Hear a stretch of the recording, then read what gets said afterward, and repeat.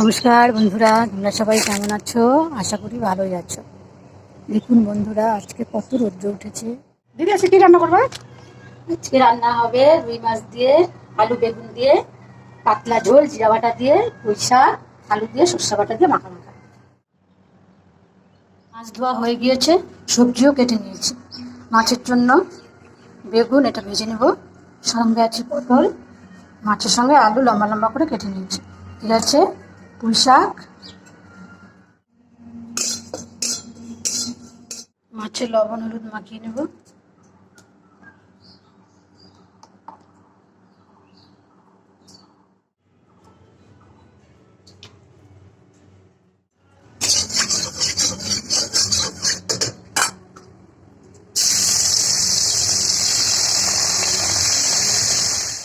মাছটা ভাজা হয়ে গেছে, এবার নামিয়ে নেব।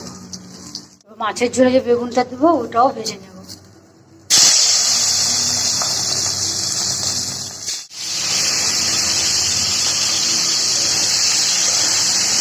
পটল ভাজা হচ্ছে, বেগুনটা ভাজা হয়ে গিয়েছে, এবার নামিয়ে নেব।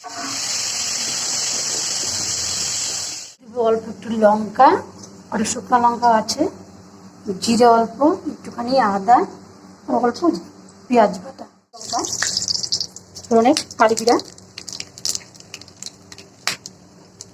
দিয়ে দেবো।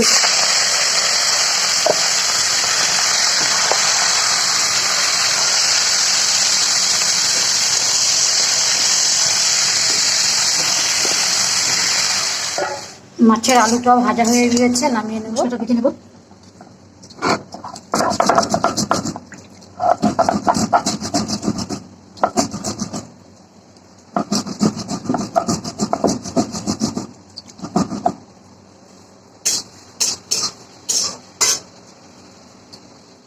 জিরা,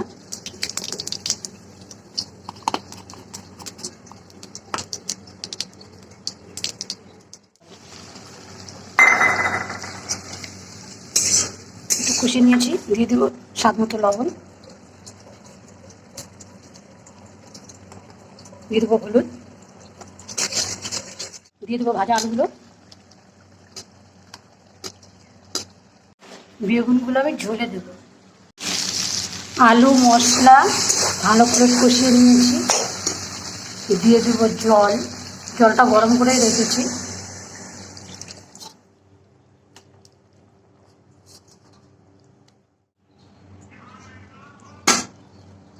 দিয়ে দেবো জিরা বাটা। রান্না আমার কমপ্লিট হয়ে গিয়েছে। এখানে আছে মাছের ঝোল, পাতলা করে, পুঁই শাক, পটল। দেখুন বন্ধুরা, কালারটা কত সুন্দর হয়েছে। আমি কখনো গুঁড়া মশলা ব্যবহার করি না, সব বাটা মশলা। ভিডিওটা এখানে শেষ করছি। তোমরা সবাই ভালো থেকো, সুস্থ থেকো। দেখা হবে আবার পরে একটা ভিডিও।